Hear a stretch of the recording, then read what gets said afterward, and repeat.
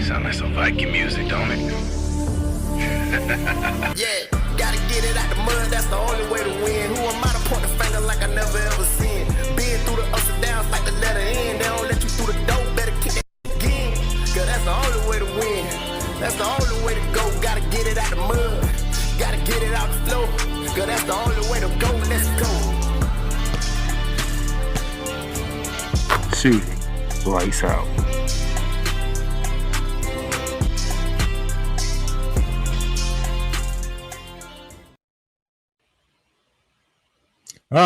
Ladies and gentlemen, how y'all doing today? It is a Monday, June 16th, 2025. And yes, the playmakers in the building.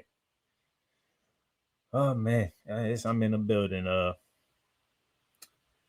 My esteemed co-host Coach Johnson will not be joining me for the duration of the NBA Finals and probably some part of the WNBA season, as he had to take care of some family stuff. He's taking a break. He's taking a vacation to get himself back together and whatnot. But hey, I'm here for him. He needs a break. I'm happy to give him a break. Hopefully he'll come back and we can get back on the track and then start preparing for the other shows like Bearing Down a Gridiron for college football season and get that going. But hey, I'm here. I still got things to do. I still got to make sure I get you shows and talk basketball with you. But we are going to talk about the NBA Finals. As you see the title of the show, the NBA Finals Climax. We are through 4 games and we are tied. So now the NBA Finals is the best 2 out of 3. Also, WNBA took place over the weekend. Caitlin Clark returned. Angel Reese done something that she hasn't done in her career. There's a lot of things going on in WNBA, and also we got some news and notes from around the hardwood, where we will begin on this lovely Monday.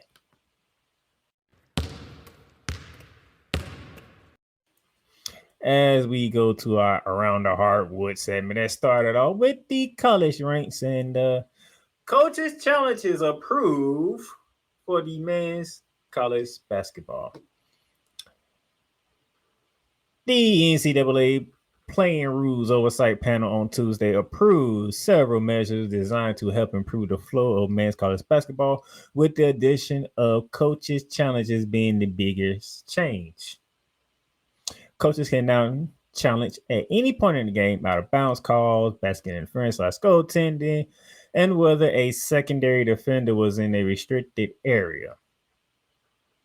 Borrowing from the NBA's challenging rules, teams must have a timeout to request a review. If the challenge is successful, the team will get an additional replay challenge for the rest of the game. If the initial challenge is unsuccessful, the team will not be able to challenge for the rest of the game. So you got to get one successful challenge correctly to get another one. If you miss, you're done. So you have to use your challenges carefully, especially in college basketball. Well, that's a lot of time. I think coaches would like to use their challenges, which have been very interesting. While officials can still initiate reviews on goaltending and restricted area plays in the final 2 minutes of the game, out-of-bounds reviews can now be initiated by only a coach's challenge. Which means we won't be having a lot of stoppages once we get on the 2-minute mark in the second half. And we have to view every single play that the ball goes out of bounds just to make sure it was the right call. Could be interesting going forward for college basketball season. Very interesting. Officials will also continue to use instant replay for timing and scoring issues and flagrant fouls. So they're trying to see if the college basketball season can get a little bit more flow to it, get more rhythm to it, and then coaches can challenge whatever they need challenge. Okay. We can try it out in college basketball ranks, see how it goes, see how it flows. But okay, we're making progress. I'm not gonna be mad about it. I want to see how it works. At least they're trying to do something. That's all I can say. They're trying to do something. All right, now let's go to Tennessee. Knoxville, that is. Judge denied Zakier Ziegler's request to play fifth season. Now, this I didn't know about. I didn't know about this, but it was an interesting read when I did find out. A federal judge on Thursday denied Tennessee point guard Zakier Ziegler's request for a preliminary injunction that would allow him to play for a fifth season in Division I basketball. U.S. District Judge Catherine A. Kaiser listened to arguments in a hearing on June 6 in Knoxville and entered her denial Thursday morning. She wrote that Ziegler failed to demonstrate how he would likely succeed in his argument that the NCAA is keeping him from playing a fifth season of Division I basketball is a violation under the Sherman Act. She says, quote, "This court is a court of law, not policy. What the NCAA should do as a policy matter to benefit student athlete is beyond the reach of the Sherman Act and the TTPA, and by extension, this court." Close quote. It says here that the two-time SEC Defensive Player of the Year asked for an injunction when he sued the NCAA on May 20th over its ruling limiting him to 4 seasons in a 5-year window as an unlawful restraint of trade under both the federal and Tennessee law. His lawsuit argues that he could earn up to between $2 to $4 million with one more season, which looks like that's not going to happen. Unfortunately, I'm so sorry, Mr. Ziegler. You had a hell of a career at Tennessee. Matter of fact, you were thrown to the Florida Gator side, if I'm being completely honest. About to the Kentucky Wildcats, too. But, I mean, you played 4 seasons. I don't remember, man. Maybe 3 seasons. I think one of the injuries took you out for a season. But the NCAA said no, and the U.S. District Attorney over there in Knoxville, Tennessee, also said no. So it looks like Zakier Ziegler volunteer's career is over as it sits right now. It does suck, but it is what it is. Going to be very, very interesting how this goes. Well, moving forward, as we move forward, let me bring in somebody that's filling in for Cole Johnson. He is my co-host for Monarchs of Wrestling that will be taking place in less than 3 hours from now, around about 6:30 p.m. Eastern Standard Time. The man they call Cool Breeze, Mr. Cool Breeze. What up, what up, what up?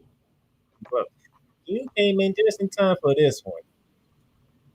Florida at Duke headlines the ACC SEC Challenge.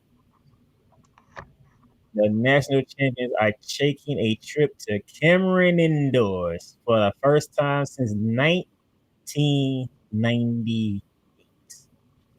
Don't worry, I got the slate for you. Along with Florida going to Duke, UNC is going to Rupp Arena to take on the Wildcats. Mr. McCain, he's a Tar Heel fan, so I'm pretty sure he's from the same way I'm from when he hears that Tar Heels are going to Rupp Arena. Oh, it'll be fun. I think Duke, we know they lost a lot of firepower to the draft, and we a lot of times want to praise guys that come in before we see them play. I would honestly say right now that you got to get that game to Florida. You know, just because. Same thing with Carolina. Carolina has like 2/3 of a new team between guys graduating and guys leaving. And NC State. I just want to say this real quick. NC State, y'all need to tell your coach to shut up because he's gonna get y'all spanked. And Van Allen Lieben, we gonna see you, little boy. Oh, NC State going to the jungle to take on the Tigers of Auburn. Oof. I mean, and look at it. Tennessee, they going to the Q-Dome. That's going to be interesting. That's going to be a lot of good games in this challenge, man, for sure. It's going to be a lot of good games in this challenge. UNC, as well as the ACC in a whole, has been down the last couple of years. Been pretty disappointing just to watch them play, to be 100% honest, based on what we're used to in ACC basketball. But guess what? You're going to turn around or you're going to get worse this year. We're going to see how it goes. A lot of these NAL is killing NIL is killing the ACC because guys are coming because the history, but then other people start offering the money, and you leave to go after the money. So Yeah, UNC trying to get into the money game this year. We'll see how it works. Especially the last year's SEC chance when that thing was over on Tuesday. Man, that thing was over on Monday. That thing was over first day. It was done. It was done before it started. I was like, jeez, I did not expect that. Hey, I'm happy that the SEC won, but I ain't expect to be donezo that fast. Well, sir, I'm not happy that the SEC won. I know you not. You're a Tar Heel. Not at all. I'm a Gator. But I expected it. I expected it though. But I did not expect the ACC to get steamrolled by us that fast. I did. Unfortunately, trying to play my light here. We'll make it work. That's the men's side. Here's the ladies. The ladies have some interesting games. As far as the Lady Volunteers heading out to California to take on the Cardinals of Stanford. That's something I'm looking forward to. That's a good game. Also, you gotta at Oklahoma's a good game too. NC State, taking a trip to Norman is a very interesting game here. LSU, Kim Mulkey, they're heading to Cameron Indoor to take on Carol Lawson and the Blue Devils. I don't know what Louisville did, but they got South Carolina and Don Staley coming to town. Yeah. And then your lady Tar is going to Austin, Texas to take on Cole Johnson's Longhorns. Cole Johnson and Megan's Longhorns. Mm-hmm. So it's gonna be another tough. we got some interesting things going on here for the upcoming ACC SEC challenge next season. Y'all going to Virginia Tech? Yeah, we going to Virginia Tech. That could be. But my lady has not been tip top shape as of lately, so I don't know how I feel about that. Going to Blacksburg. So we're gonna have to see about that. So I'm looking forward to it. December 2nd, 3rd, and 4th. The men would kick it off and the ladies would finish it off. I'm looking forward to them 3 days right there. Them 3 days gonna be interesting. Yeah, it'll be interesting. Honestly, as a UNC fan, it won't tell me a lot about either one of my teams because the integration of new pieces is gonna be so deep that we might go out there and play great and it look terrible. We might go out there and play terrible and look great. Just the rest of the time, it's real questionable. Put it like that. Let's head to the NBA. Rockets and Steven Adams, they agreed to a 3-year, $39 million extension. That's an interesting move. Good move for Houston to keep themselves a big man. Yeah. After a surprising season that nobody had on their bingo card. Yeah, when you get to that point where it's time to get paid, a lot of guys have exceptional seasons, right? And then once you have an exceptional season, you got to pay them because the open market is going to say, hey, yeah, maybe historically been down a couple of years, but that good year, everybody will forget everything else and the bidding war starts. So you might as well keep them in-house, extend them early, and, try to keep yourself out of that situation. And speaking of bidding wars, I know there's something else we can talk about in a few minutes. Oh, Lord. Oh, boy. Boy. What's a good solid deal for the Rockets? Yeah. Then we had this news come out. Grizzlies trade Desmond Bain to the Magics, and I don't know, there's not a blockbuster deal. And I'm going to show you why this is not a blockbuster deal. Oh, it's a blockbuster deal, sir. The Magic only get Desmond Bain. The Grizzlies, on the other hand, they get Cole Anthony, Contavious Caldwell-Pope, and not one, not two, not three, but 4 first-round picks.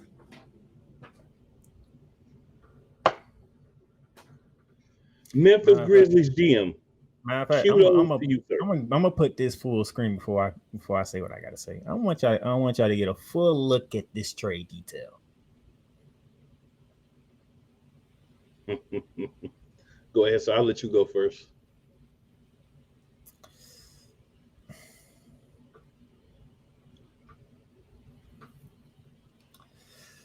All right. Okay. Is Desmond Bain the type of player we need to, help unlock the offense of the Orlando Magic? Yes.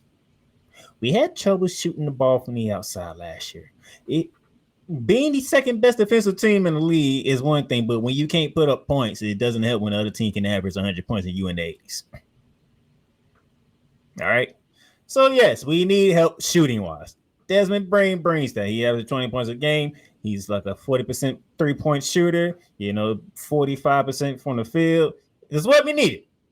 So I'm not going to sit here and say Orlando did not get what they needed. You know what the problem is? You gave up 2 players and 4 first-round picks. And a pick swap. I don't care about the pick swap. A highly unprotected pick swap. Man, so I don't care about that. 4 picks. Doesn't matter.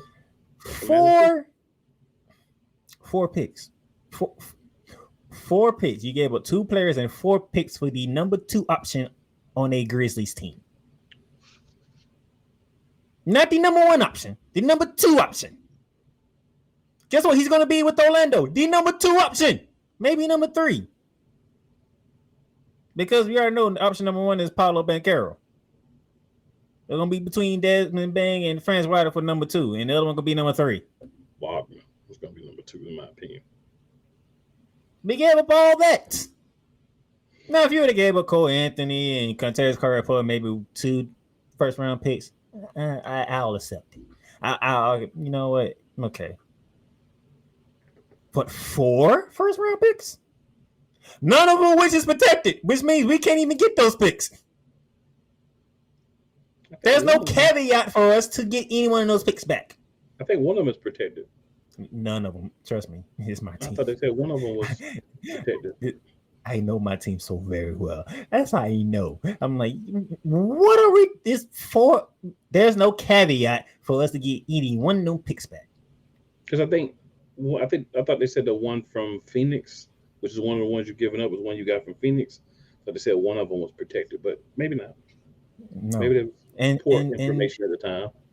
And this is why it's frustrating to be a Magic fan. Because they do something like this and you have to scratch your head like, what? When we got, and by the way, we talked about it on Snowman in the morning. I was on Snowman today because I won't be able to be on tomorrow. After Mike Jordan comes back, gets the full season on his belt, takes out the Orlando Magic with Penny Hardaway and Shaquille O'Neal, right? You know what happened after that? Well, somehow, somewhere, Shaq found himself going to LA. And you see how that dynamic changed in the NBA. Let's fast forward to 2009. Do you remember 2009 very well? Oh, yeah. The Dwight Howard-led team with Jameer Nelson, Hito Turkoglu, Mikael Pietrus. Yeah, that grew right there. J.J. Redd and all them.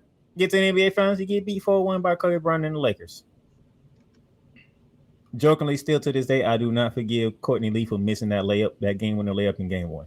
Jokingly. Because that would have turned the whole series around if you still Game 1 in L.A. What happened after that? What do the front office blow the whole goddamn team up? And what sent the Dwight Howard to LA to join Kobe? Hito Turkoglu basically retired. Jamil Nelson, he tried with the New Orleans Pelicans. That didn't work out. Mikael Pietrus went. You haven't heard from him since. You bring in on the downturn of his career, Vince Carter to Orlando. And that team has been the same since until you started getting Pablo. When you got not before Pablo, Vucevic, who is in Chicago now. The last time we actually made the playoffs before we had Pablo was in the freaking bubble, and we got stumped out by the eventual champion Raptors. Then we get to Paolo Banchero. As you see, for a Magic fan, it's been you know your team so well. You know when dumb decision happen, you just like, this is what we do for whatever reason. 4 unprotected picks and 2 players for one guy. You ain't even get a bench player added with it.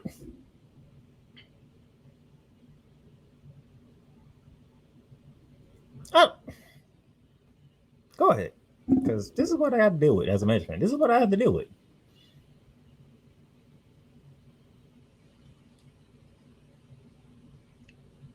Well, there's a couple of things you got to do, right? One of the things you have to do is you have to shout out the GM of the Memphis Grizzlies, because what they did was they created a bidding war. I don't know if you read this information or not, but there were several teams that were looking for Desmond Bain. So Orlando said, you know what, we want him, so we're gonna go reach and get him. We're not gonna play around. We're not gonna half a. We're not gonna gushy foot or pussy foot, as people say. We're gonna go after him, and that's what happened.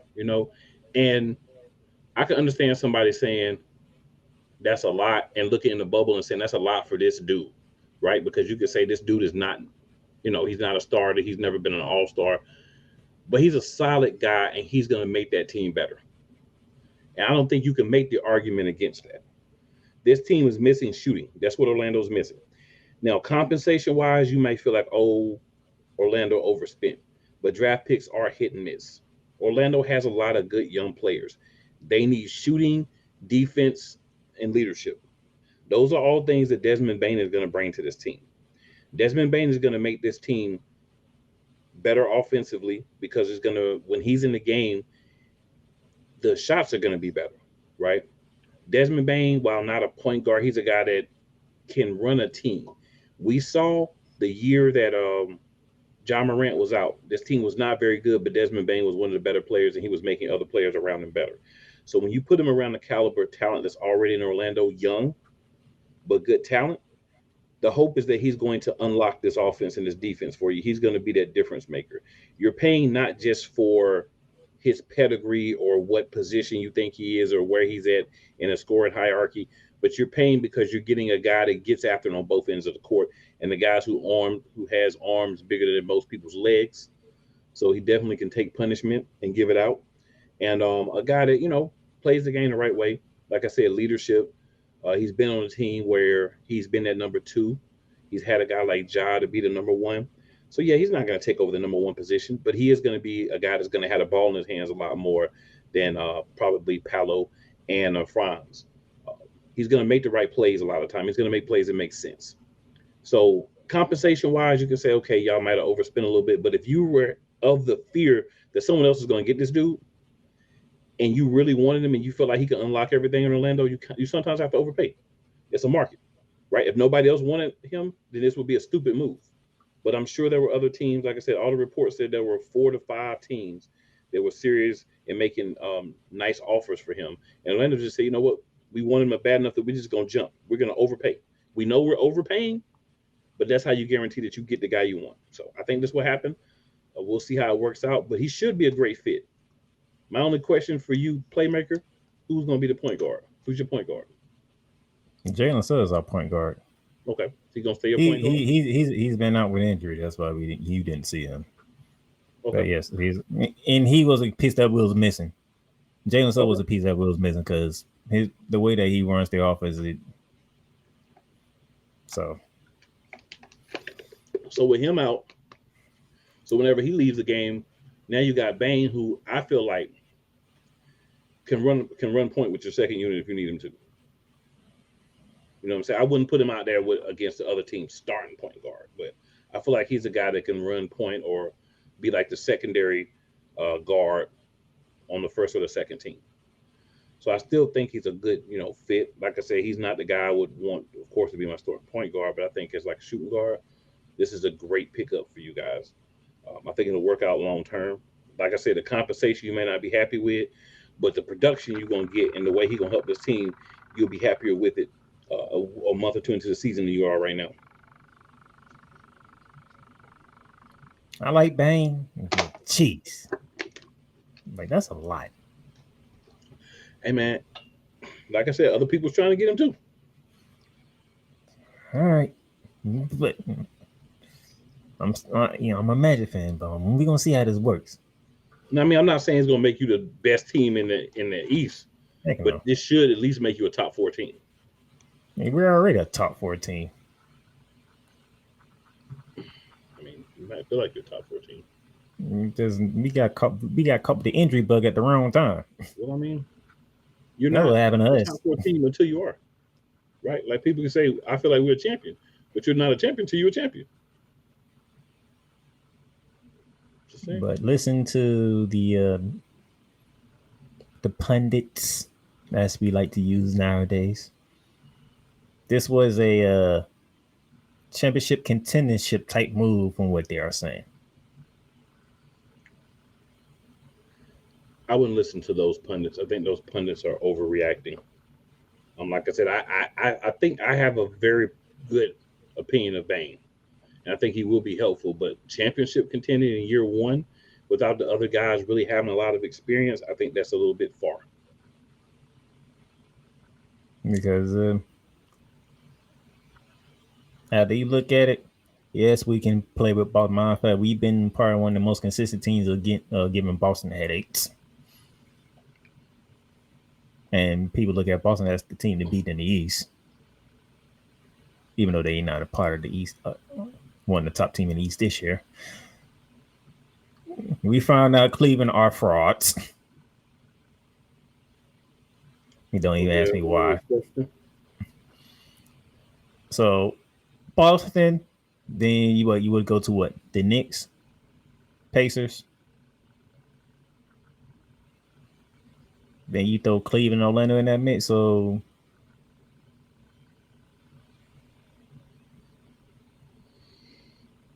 outside of Boston, for sure, everybody else is like fighting for second. I would agree with that. But we did what we did, and I'm gonna have to live with it. And pray that this works out the way that they think it's going to work out.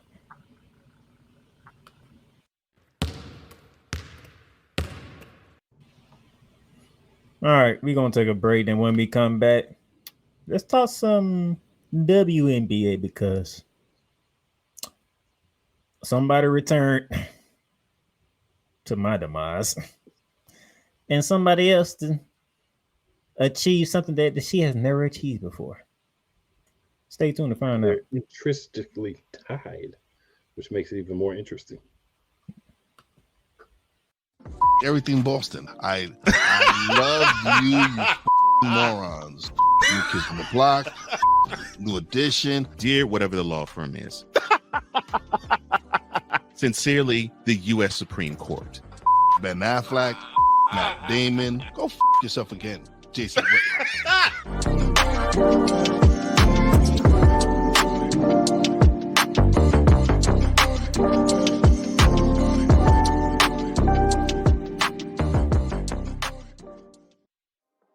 In a world where chronicles of the past are brought to the streams, whether the content is relatable or completely beyond your realm of life, there is no shadow of a doubt that this show is absolutely full of shenanigans. Get ready for D. Willie in the Evening.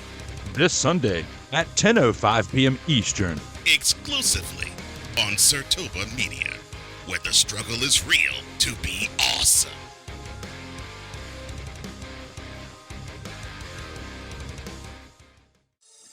Shop hats and official sports gear at Liz. Liz is the leader and #1 destination for hats, gears, and everything that moves you, making it the perfect shop for fans to find official sports hats, merchandise, and gear. Represent your team, your town, and your style with a snapback adjustable fitted hat or beanie from thousands of college and pro teams. Browse the very latest sports jerseys and t-shirts from the best teams out there. Liz has officially licensed professional and college sport team apparel and hats featuring the hottest brands and trends. Shop online or visit one of the 100 stores across the country. Locker Rooms by Lids. And welcome back to Shooting Lights out here on this Monday, June 16, 2025. With the Cool Breeze, Cool McCain with me, as we going to be pulling double duties today, as we both going to be on here. And then later on, Monos are wrestling. But before we get to that, action in the WNBA over the weekend was pretty interesting. Going back to Friday with the Cool McCain's Atlanta Dream decided to smoke the Chicago Sky 88-70 and Wayne Howard. That was the Kentucky Wildcats Wayne Howard that showed up in that game. 36 points. 36 points, 12, 25 on the field, 9 for 19. Why the hell did she take 19 threes, though? That's my only question. That's a good question. That's your team. I'm like, why is she taking 19 threes, though? God, dog. They've gotten to the point where everyone's just, I'm pulling. You know what I'm saying? That's just across basketball. You know, high school, college, and pro. They just pull too much. They shoot way too many threes. But her thing is going to be consistency. If she can kick that number from 9 of 19 to 9 of 12, 9 of 14, that makes that number look a lot better and still have the same efficiency. Still got to work on the percentages for Ryan, but when she's in her bag, it's hard to stop that young lady. It's just a matter of constantly being there. I think she's got a better team around her for her to do that now. Some people had to go to kind of give her a certain level of comfort in this offense and in this organization. You know what I'm saying? Like, people have been there before, you've kind of been a quote unquote integral piece or face of the team to some extent. There's a difference that goes on when those people are around. But when those people are gone, and it's like, hey, you're supposed to run things now. You're supposed to be one of the people that make us want to lose. You see people kind of either step up or shrink down. Just need her to step up consistently. But yeah, Chicago, they struggling, and Atlanta did what they were supposed to do. Y'all, most of y'all heard my take on Chicago last week. Pretty much I cut it out and made it a real too. So y'all know how I feel about Chicago. But we're gonna get back to Chicago. We're gonna get back to Atlanta too, because I'll talk about it when we get back to it. Dallas Wings took on the Las Vegas Aces, the first game without Asia Wilson, who is out with a concussion. Vegas found a way to pull it out, 88-84. Jackie Young stepped up with 28 points, 5 boards, 3 assists, 3 steals. Jewel Lord, the Gold Mumble, 21 points to add to it. So the backcourt for the Aces came through when their number one player is not available. And this is just,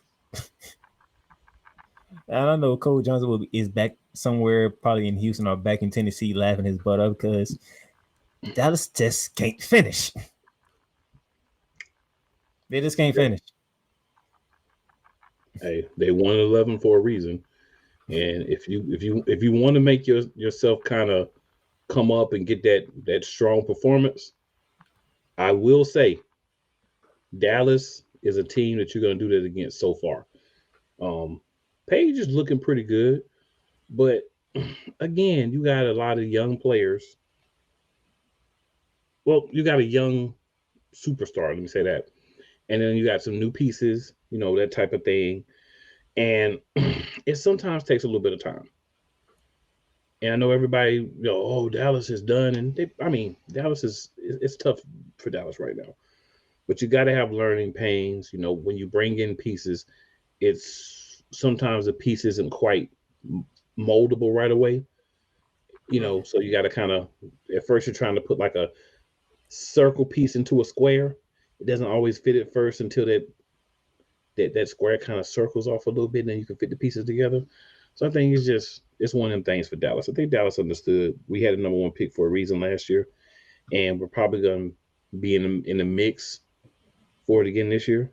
But Dallas has been known to make second half explosions and look a lot better. So let's hope they got another one left in them. But right now, boy, when you see Dallas on schedule, you like, bet we need to play hard this game. This is a good chance to win.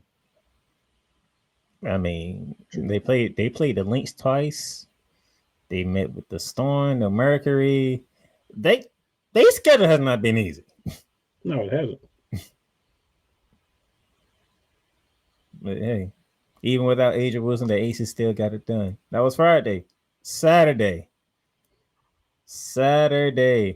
With the Minnesota Lynx coming off their first loss of the season, they took their anger out on the Sparks.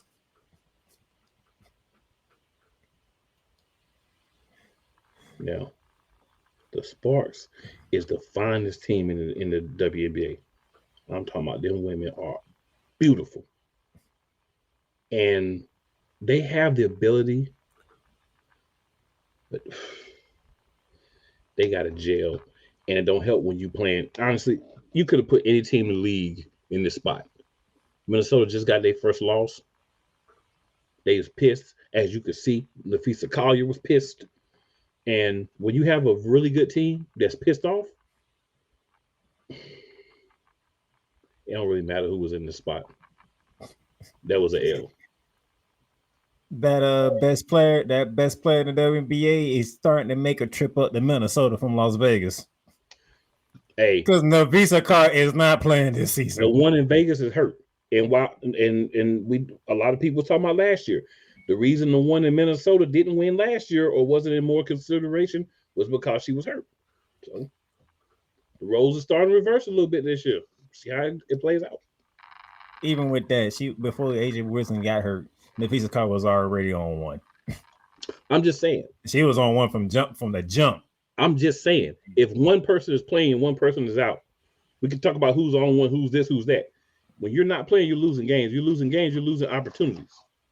Losing opportunities, somebody's going to jump you. You can have an opinion that she already jumped her, but that's an opinion. But the fact is, you start missing 5-10 games in WNBA season, you're not going to be the MVP.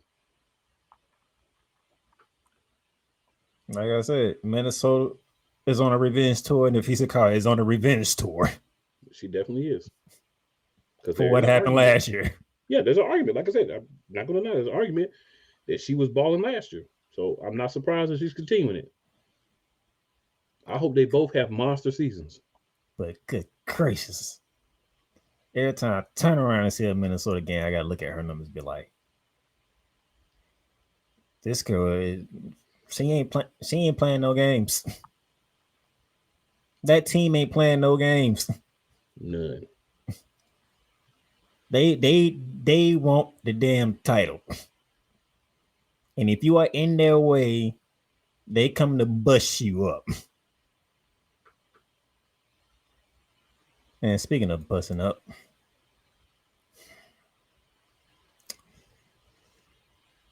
Indiana hosted New York round 2 of this matchup, and it was the return of Caitlin Clark, who decided this was the game to light our asses up. It's time for y'all to get y'all first L too, huh? She lit our ass up. Man, matter of fact, the 32 points, that happened in 3 quarters. She ain't even score in the 4th quarter, and she didn't even need to score in the 4th quarter. That's how to get in for 2 more rebounds and an assist, though.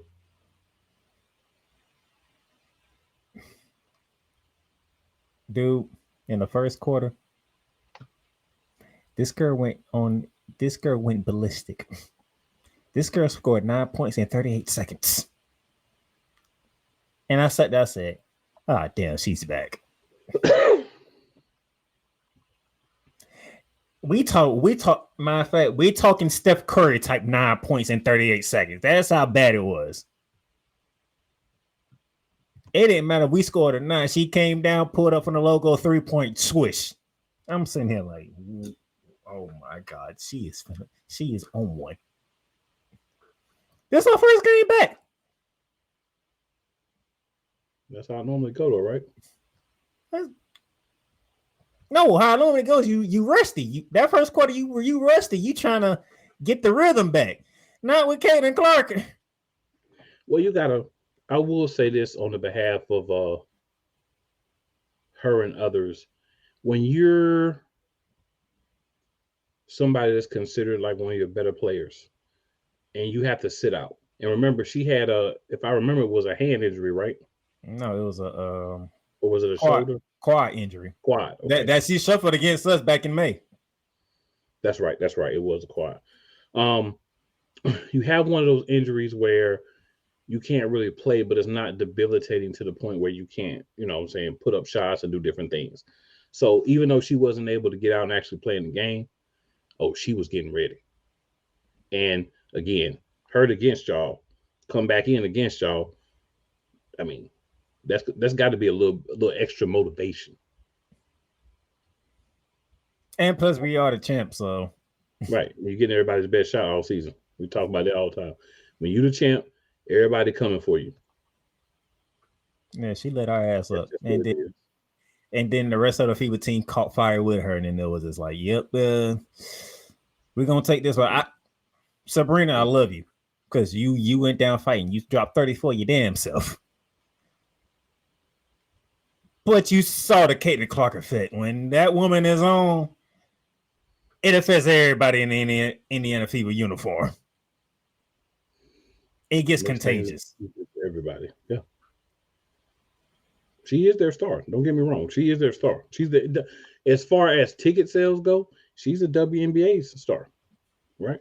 She brings ticket sales. She does. She definitely does that.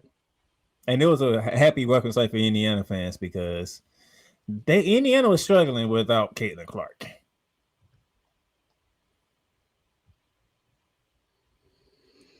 That should be expected. I agree.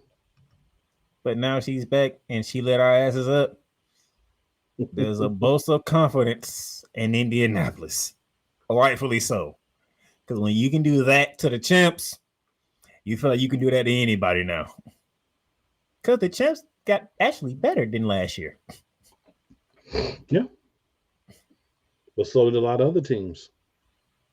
So when the champs get better from winning the championship and you do that to the champs, you feel good about your team. You're like, okay, we can probably play with anybody now. Now let's see what happens when you finally made up with Minnesota because they're a team that's on a revenge tour, as we just mentioned. So we don't know how that was going to go. I want to. When does Indiana and Minnesota link up? Because I know we don't link up with Minnesota till about, I think, August. Like they went towards the end of the year for us to finally link up. And you know what that happened? Everybody gonna want to see that game. WNBA Finals rematch for the first time. Oh yeah, we want to see that.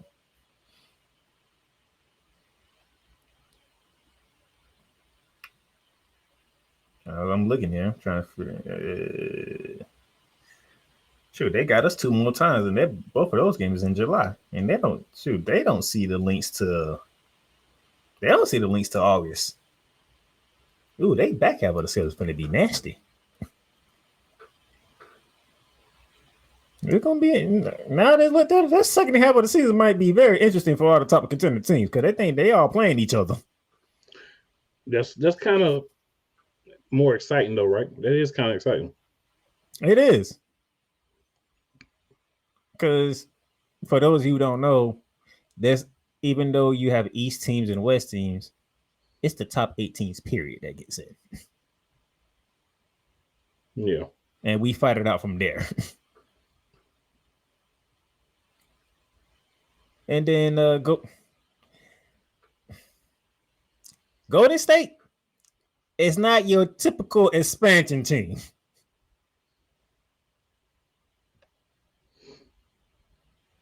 Usually when you get an expansion team, you look at them and be like, man, but they just got this. So they gotta, learn the process, get everything together, get everybody cohesive. This team here, man, what they did to the Aces, and this was before Angel Wilson got injured. I was like, well, damn. That was not their first major. That's not their first win, but their first major statement was against the Aces. I think that was last weekend, Right. when they smoked them. Now you beating the Seattle Storm and Caleb Thornton, which continues my suffering because Caleb Thornton was a New York Liberty. She's messing around. She gonna become the first of that franchise. Because every time I turn around when they win it, it's Caleb Thornton out here putting up the numbers. Which I am missing so much right about now. Yeah. People need an opportunity. But Golden State is not your typical expansion team. Now, it took them a few minutes. It took them a couple of games to get things together. Right. But you knew it was coming. Man, Golden State's out here balling. Jeez. I like that logo too. That logo is hard. Man, the Valkyries? Yeah. You might have to keep an eye on them. Like, hold on, man. Y'all in the special team. Y'all not supposed to be doing this. They are. So And just be on the lookout. Number one pick like they should have. Because in my opinion, if you don't get the expansion team, at least a top 3 pick. No, top 2 pick. That's a joke. So I feel like if they had a guy what they really were supposed to get. But that's another story for another day. That's why it makes what's going on in Chicago very head scratching, because like the two coaches came from the same freaking team from Las Vegas. You'll think the Valkyries will be in position that the Sky is in, the Sky would be in position that the Valkyries in. No, that is totally flipped. No, because it depends on that particular coach and what they bring. And I feel like the Valkyries got the right coach for what they have. The word is still out on if the Sky did or not. But that was Saturday, and then Sunday. Speaking of which, that was Father's Day, and so it sent my boy happy Father's Day because that man is a father. Appreciate that too, sir. Appreciate that. And as a similar father, he probably enjoyed what the Chicago Sky finally looked like a professional basketball team for once this season. Yeah, it was good to see Angel do her thing, and it was good to see Chicago play better. Definitely guard play is paramount for them, but Angel kind of being a facilitator as well, I think can work. But she's got to mature basketball wise. But in all fairness, she's 23. She's been in the league for 2 years. We're not looking at a finished product for Angel by far. Nope. Her first ever triple-double. 11 points, 13 boards, 11 assists. And she also had 3 steals. And then Nkuma Kane, I told people who Chicago needs to start letting the cook, and they let her cook, even though she's a rookie. And Haley Van Lith, she dropped you 16 points. You gotta let Haley cook. Yeah. I try to tell y'all, let Haley do her thing. Haley is a point guard that y'all need. And Haley is a bucket too. Haley's more of an aggressive scorer to me than Paige on a consistent basis. Paige can have her games, but Haley's a dog. She just needs the opportunity, and she's getting it. That's the first time I saw Haley feel very comfortable because she didn't have to worry about playing 4 minutes here, and then she got a rest for like 13 minutes. Can't nobody be successful like that, yo. That's what I don't understand why people don't see that. No one can be successful in that role. Man, Haley went in, and I was like, this is the Chicago team I need to see going forward. This is the team. How y'all played against Connecticut is the team I need to see going forward. And remember, Haley know how to play with Angel. I know. Everybody talking about Angel to be on the bench. No, she just needs somebody to know how to play with her. Now, I'm not saying y'all gonna start going on a winning streak or anything, but y'all look like a professional team. Absolutely. Now y'all can look like the Dallas Wings, who, for all intents and purposes, even though they won 11, they've been in almost every single game they was in. They just didn't finish. You want to look like you belong, right? You ain't gonna always win, but looking like you belong is very important. And hey, this was a statement game to me for Chicago. You know what I'm saying? Like we're gonna go out here. This is how we can look. Not saying we're gonna look this way every game because you know they're gonna be inconsistent as a mug, but it just shows you what they could be. And Taylor Marsh, you finally did. You put the right strings for once. You let Haley cook, and Angel's not forcing it. She's not forcing it. Now we do need to make sure we are better efficient from the field goal, but hey, you're not forcing it, which is very great for a second-year player to know I'm not forcing the issue. So, can y'all keep this up, please? Because good Lord have mercy. What y'all looked before was god-awful. And then, all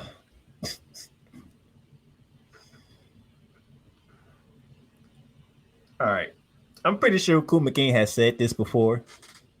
He never had an opportunity. He probably never had an opportunity to say it on this program, but I'm pretty sure he said this before. So I'm going to go ahead and say it. And if he agrees with me, he's going to say he agrees with me.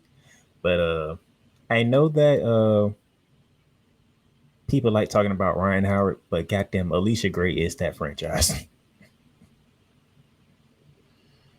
The one person that I know for sure, if you tell me the Atlanta Dream won a game, I'm the first person I'm asking you what was Alicia Gray's numbers. Because Alicia Gray is like probably the most quietest baller in the WNBA. I would definitely agree. Alicia Gray is definitely that chick for the Atlanta Dream. I think the thing though is it needs to be Ryan Howard. It's not yet, but it needs to be. You dig what I'm saying? I'm not saying she's close to there at this point. Well, she's kind of close. She's getting there. She's developing. But if you're talking about right now in the Atlanta Dream getting back into the playoffs and possibly winning a series, win a couple of games and playoff, win a series, Alicia Gray has to put up good numbers. Because, again, the person that they want to kind of carry this franchise isn't there yet. So Alicia Gray is, and even when Howard gets to that point, I think Alicia Gray is going to be that number 2 for her. So she's still going to have a very important role on the team. But man, right look now, at the efficiency in 32. Yeah. Like I said, she is that person right now. No denying it. My thing is she's not talked about enough. No, she won't be.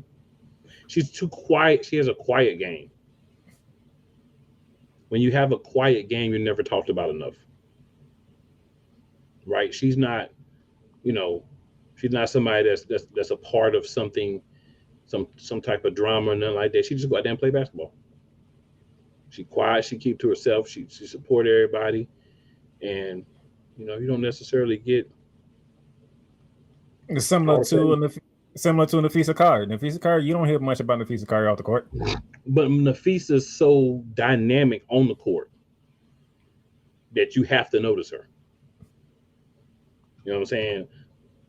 Alicia Gray is more of like, I'll get in where I fit in. That's her greatness. She'll get in where she fit in. She doesn't have to be the main person. She doesn't have to be, talked about a lot. She's just going to do her. And I think that's, in a way, even more impressive because you're consistent and you're not even someone that gets highlighted. She very consistent. Yeah. Because anytime I see that your girls won, I'm going straight to Alicia Clark stats. What did she do? Because I know Alicia did something. If the Dream's winning, Alicia's part of it some type of way. Definitely is. She's definitely a leader, and she's definitely a dominant person. But like I say, she's even on the court. Like you'll see great plays of hers if you like playmaker and you're watching and you're saying, this is somebody I'm really paying attention to. But if you're just a casual fan watching, they probably argue that point that you're trying to make because she doesn't pop. But I feel like it's purposely that she doesn't pop because it's not her game. Her game is I'm trying to make everybody else better. She reminds me of a old school point guard. I can get mine, but I'd rather help everybody else get theirs and then pick my moments. You get all your guys, your ladies involved, the game goes better. A Tony Parker type. Tony Parker. Yeah, I got you. Tony Parker type guard. Yeah. Because we know Tony Parker, he can get his. Yeah. But it'd be so quiet. Like, he'll be like, Tony Parker had 30 points. And you watch the game, it'd be like, for real? He had 30 points? Like, that's her type of game. Very important. Very important. The Dream are not playing around. Minnesota's not playing around. New York's the champs. Indiana has Caitlin Clark back now. They finna try to make a run. This season is getting very interesting to start off with. And with me saying it leads me to this. Another team that ain't playing around. The Phoenix Mercury.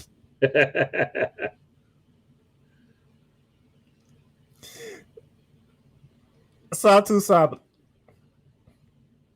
Cool. I know you, Cole Johnson, Dre, Brian, y'all try to educate people on my knowledge of the WNBA and basketball period. But on my knowledge of the WNBA, Phoenix made my top 5 list to begin the season.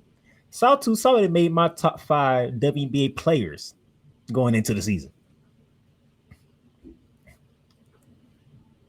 She's living up to it. They're not proving me wrong. Mm-hmm.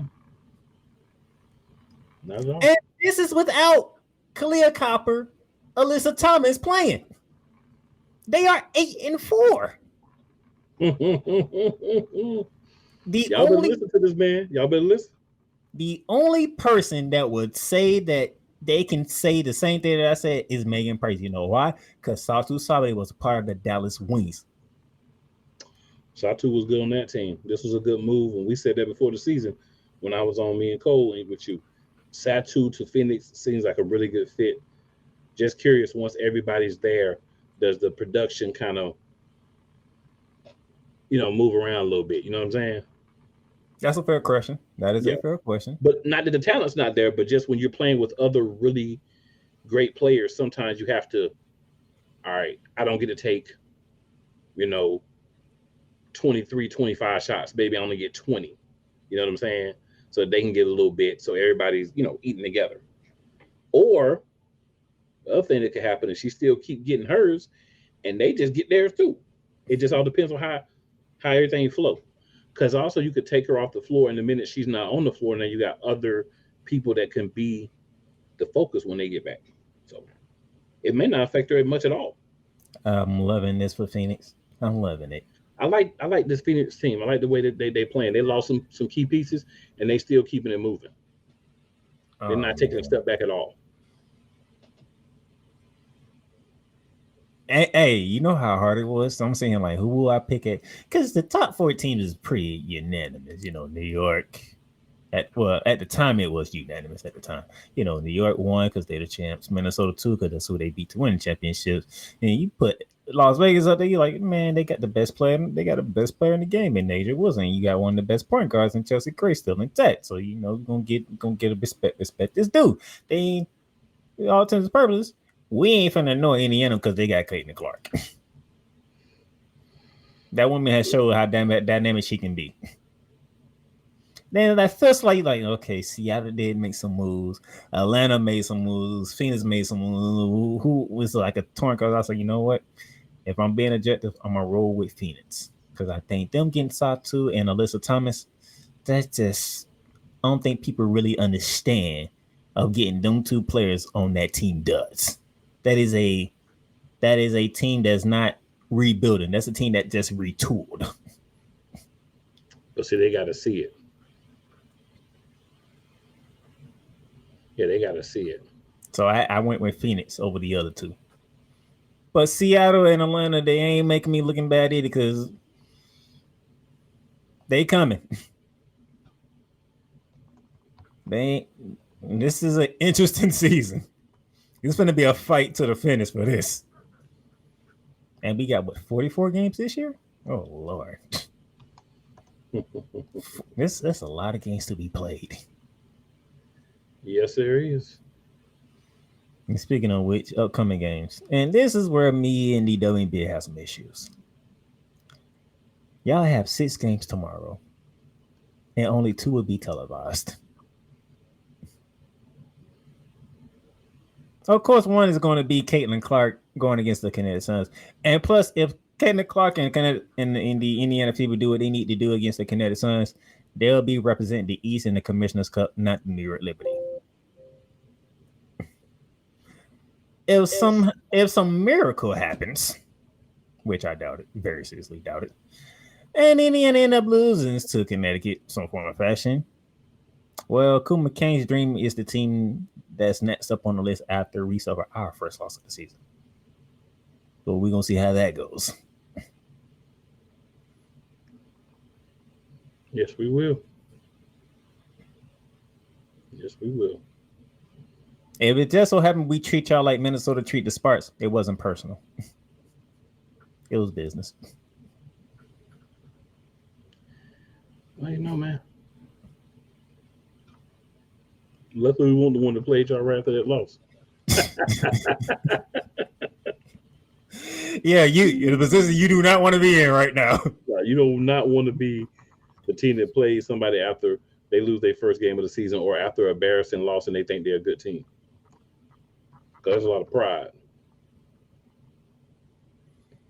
We're going to see if Chicago can stay looking like a professional team when the Washington Mystics comes to town. Yep. Speaking of the Dallas Wings, they meet with the Golden State Valkyries. That should be interesting because that expansion team looks good, and Dallas just can't finish. So I'm interested in seeing how that game goes. Being the only team that came in this year, I think was very helpful for them, just like it's going to be for Toronto next year. Right? When you're coming in by yourself, it's a lot easier because the pool of players that's out there is all for you. Right? So all the players you can't protect is all for you. All those things work in your favor. No word on Angel Wilson if she'll be back or not, but if she is, it's her versus Nafisa Carrier up in Minnesota. That game should be televised. That game should be televised. The only reason you might argue against it is because she may not play. Because if she don't play, it shouldn't be televised. But assuming she's going to play, because a concussion normally don't keep you out for so long. Assuming she's going to play, and when you would set up the schedule, there's no reason why the game shouldn't have already been televised. Man. Talking about the top 2 players in the WNBA currently, and you don't think people want to see that matchup? And tell them who the games that are televised. And then, the LA Sparks hosting the Seattle Storm at 10 p.m. on NBA TV. You got that one, but you don't got. I mean, at least cool get to see the finest team in the WNBA, at 10 p.m. Okay. And he get to see Skylar Diggins as well. Okay. And just to put the cherry on top, Gabby Williams is a very lovely French woman too. So yes, she is. Seattle has some very scrumptiousness on their roster as well.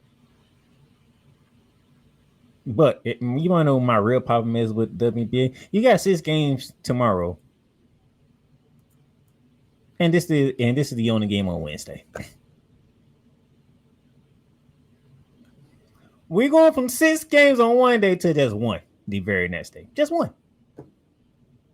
Like you tell me you couldn't move Minnesota and Las Vegas to Wednesday and get them on TV. You couldn't do that. You couldn't move the Atlanta Dream and New York Liberty game to Wednesday. Put it on TV. I mean, come. This is why I need the WNBA to understand how marketing works, because Fly J. Johnson and AZ Flood from Connecticut, they're on their way after this upcoming basketball season in college. Juju Watson will be coming within the next 2 to 3 years. Might be 3 after her leg. I'm gonna need y'all to understand how y'all need to do this marketing thing so that y'all can get the most amount of viewership you can. Caitlin Clark has brought the eyes, but you're not marketing it correctly. Yeah, they need to do a better job of whenever Caitlin Clark is playing and that game is on TV, it needs to be more hype around it. I feel like they kind of lazy in the fact that they just, Caitlin Clark's playing, so we ain't got to worry about it. Nah, and you need to be marketing whoever she's playing against. She's playing against Angel Reese, college championship rematch. You know what I'm saying? Like you said, hype them up. Get them to where people like, all right, let's go see, let's see. Sometimes it's kind of like, you still want to rely on that old story. Hey, we trying to sell tickets. We're trying to get views. We got to do what we got to do. Caitlin Clark did the hard work for you. Caitlin Clark bought them.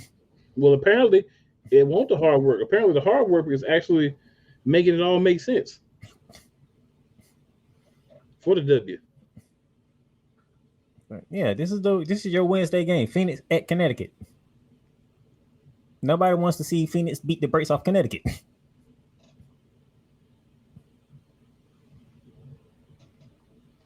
Then again, I'm probably won't mind seeing Sawtooth go for 30 though. I don't mind seeing Sawtooth at all. And then Thursday, Phoenix is at New York. And then Caitlin Clark, she gets her first meeting with the expansion team, the Golden State Rockets, out in San Francisco. Amazon Prime, you have 2 great games. I will give you that.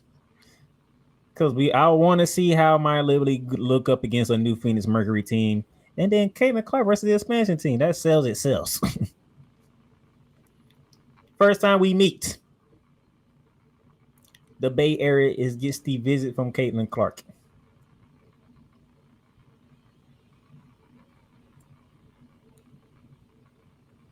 That'll be a good game. So Thursday night, it's great. Thursday night's a great slate. But if you're going to have games Tuesday, Wednesdays, you want to make sure that those slates are just as good, not just Thursday. Because people want to watch something during the week when they get off work. They want to say, what can I look at before I call it a day? We got a WNBA game. Oh, we got okay. We got 9-1 New York going against 8-4 Phoenix. Okay, I can watch that. See what's going on here. And I get to see good basketball being played. Fundamental basketball being played at that. But before Juju Barton makes her way to the WNBA, I'm going to need the WNBA front offices to get their marketing strategy together. Because they come in waves. We're going to take our second break here. And then the NBA Finals have reached this climax. Oh boy. Oh, I wonder if Indiana screwed themselves out of this one. I mean, if I'm going to be honest with you, I'll wait till we get back. Go ahead. I'll wait till we get back. Welcome to Ringside Chaos. Thing with Tony Khan now being in talks to buy WWE, I'm going to be honest with you. I spoke to this with Ricky Litwinkowicz, a.k.a. the Master of Mayhem, and he honestly believes that me talking about Tony Khan buying WWE is basically I'm kind of wasting my time because Ricky believes it's never going to happen. Okay. Now, a wrestling fan that's been super supportive of Brody Lee as a wrestler and everything that WWE could have done with him and, everything that he could have shown and, offered for the wrestling business. For me, I wasn't just a fan of Brody Lee himself, like in character. I strongly respected him, as a human being. Like, I had a lot of respect for Jonathan Huber. That's Mr. Brody Lee's real name. So basically, I had a lot of respect for Brody Lee, Luke Harper, and of course, Mr. Jonathan. Ladies and gentlemen, Ringside Chaos is available on all streaming platforms, including Spotify, Apple Podcasts, Google Podcasts, Amazon Music, and YouTube. WWE Shop is your online source for all things WWE. Be a part of the excitement and score wrestling gear for big events like WrestleMania or SummerSlam. From current superstars to legends, from Raw to SmackDown to NXT. Don't miss this chance to shop for the most awesome WWE merch.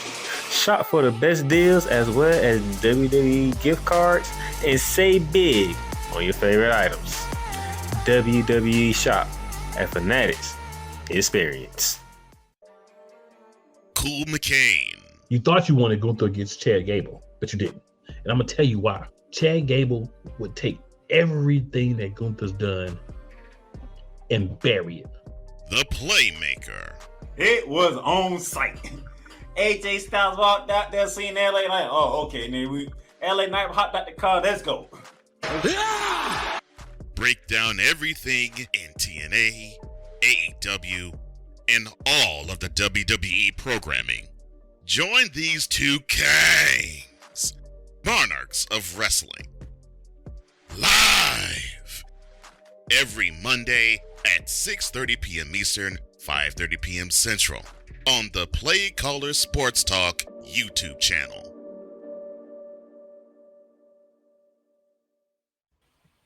Yep, in about an hour and 45 minutes from now, Monarchs are wrestling. If you want a snippet, I told my co-host I didn't feel good about a certain match, and what do you behold? That's all I gotta say. I didn't feel good about a match, and sure enough, they did not disappoint me whatsoever. Or should I say they did? Circumstances, I think, that happened in there. Two things I think happened. So yeah, prepare for that on Monarchs of Wrestling. But since I know you don't get to do it so much, there you go, cool.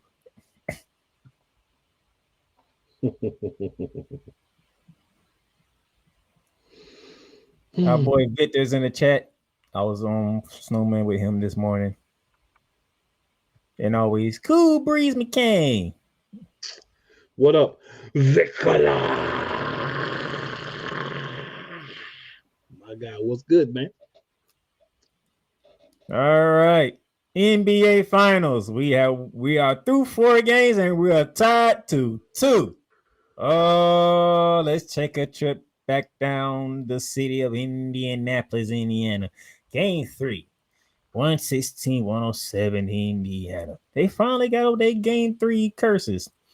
Benedict Maverick, 27 points off the bench. Tyrese Halliburton, 22, 9 and 11. Pascal Siakam chipped in with 21, 6 and 4. Hey, man. Okay, every time OKC tried to get back in the game, Indiana answered back. It just kept going. And to the point where it was said and done. And Indiana got him in the 4th. And Indiana took game 3. What will happen in game 4? Because I said, well, with this interesting game 4 coming up, OKC has never lost back-to-back games these playoffs. But on the same side, Indiana has never lost a game 4. Something got to give. And that is OKC not losing back-to-back games. 111-104. Shai Gilgeous on the MVP, 35 big ones. 10 for 10 from the free throw line. Also with 3 steals. Jalen Williams is starting to cook now. 27 points. Back-to-back 20-point games for him. And then did anybody had Alex Caruso as one of the X Factors in this series? I did. Because that dude has back-to-back 20-point games, and he had 5 steals to go with it. And he is backdooring the Pacers to death.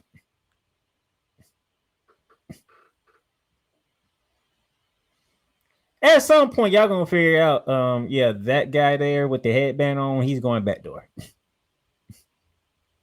And they don't stop it.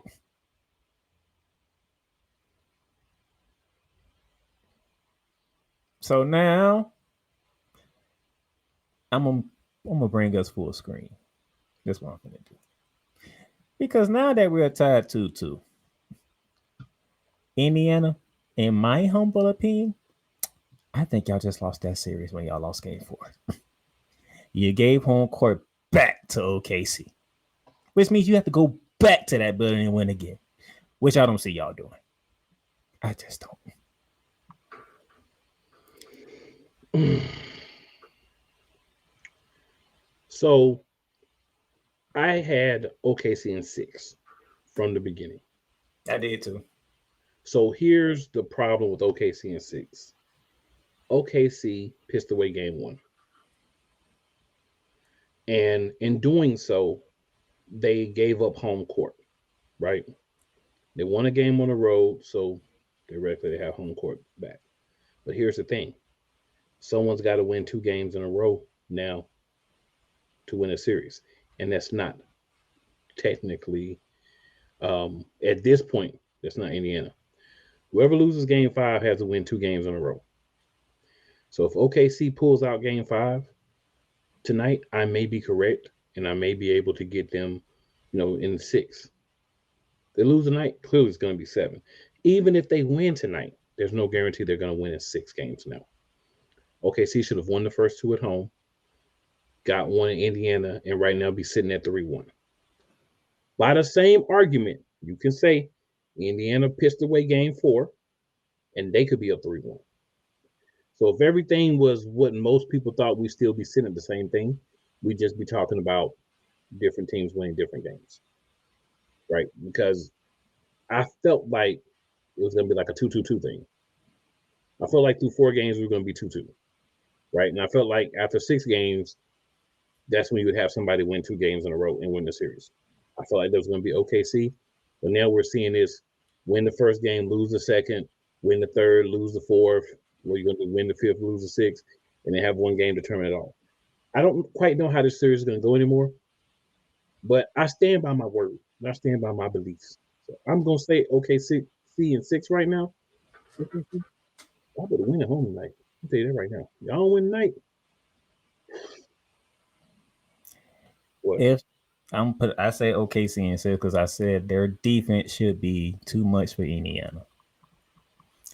Apparently, in that 4th quarter, they defense showed it was too much for Indiana.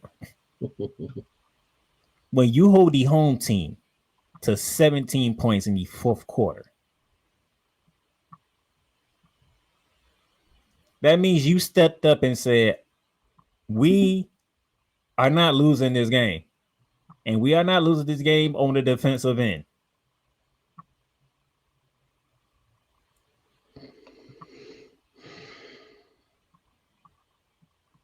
So that's how this happens. Indiana, you did yourself a disservice. You gave the advantage back to OKC because now it's best 2 out of 3. And 2 of those games are in OKC. Game 5 tonight, and if there was a game 7, that would be on Sunday.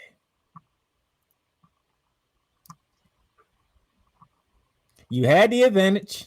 You overcame your game 3 demons, and you was on the verge of going to 3-1.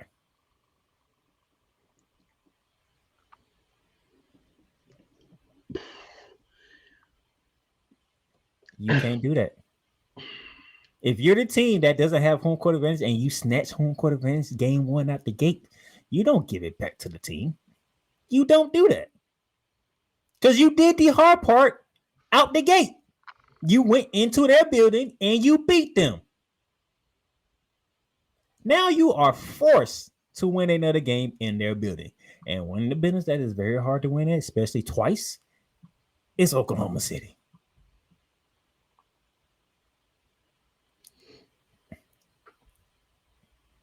You don't believe me? Let's go full screen.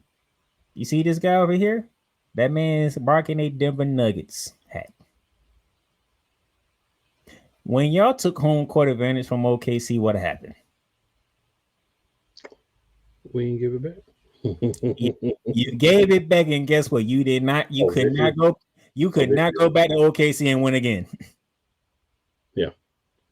You The thing is, we took them to 7. Only team so far to do so.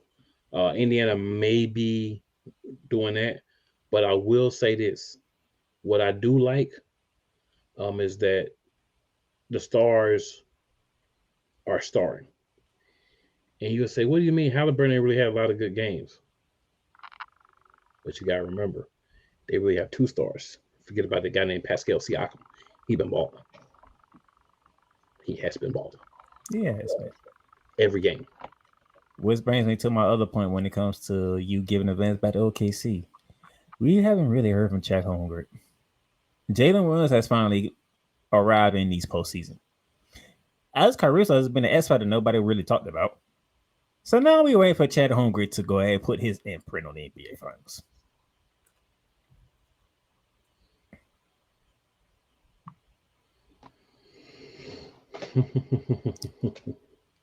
I'm sorry, Indiana, but you had the advantage and you gave it back to him.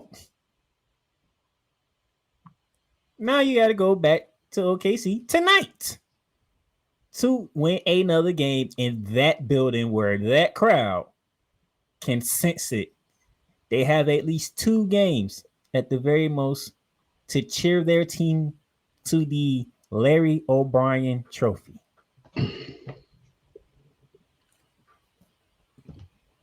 And one thing about OKC, they don't lose back-to-back games. They don't like losing at home. And the fact they already know they lost one at home to y'all, best believe they ain't finna try to lose another one to y'all at home. And you remember, I don't know if it was here or the other show that I did for basketball. I talked a lot about OKC gonna piss away 2 games of series. And people was like, oh, blah, blah, blah. No, OKC is gonna piss away 2 games of series. It's the youth, right? Like they still learning how to dominate for a series. They got it for games, but for a series, they're still learning. So they gonna piss away 2 games, and they've done that. They pissed away game 1, and they pissed away game 3. So if we get the OKC defense that we expect these next 2 games, this can be over in 6. But we'll see if that happens.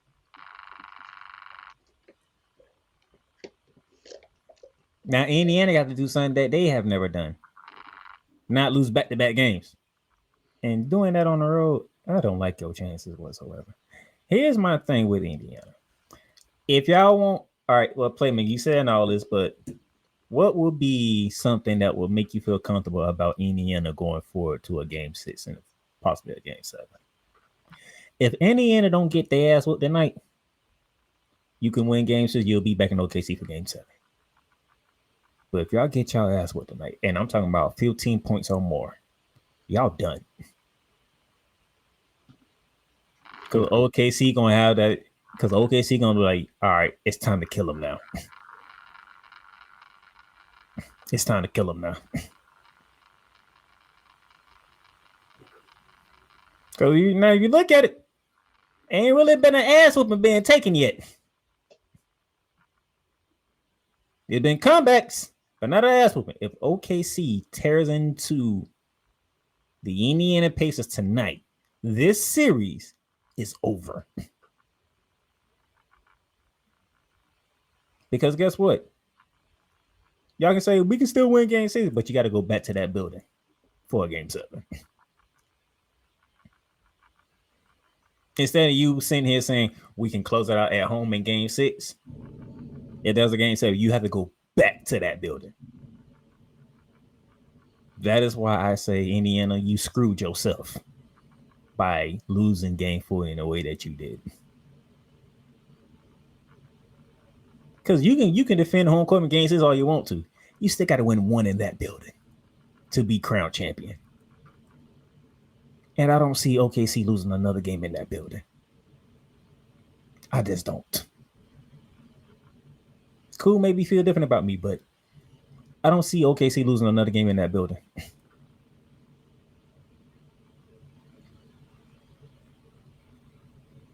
You got anything, sir? Nah, I'm just looking forward to a good game tonight. Like I said, I'm gonna still hold with that OKC in 6, which means I have OKC winning tonight and closing things out in Indiana. Because that's 6 games. That was always the thing. They've lost the game. at home. Like you said, I don't see them using another one, but they got to do something they haven't done so far. They got to win back-to-back games. In order for them to close this out in 6, they got to win 3 games in a row. So we're going to see what they can do.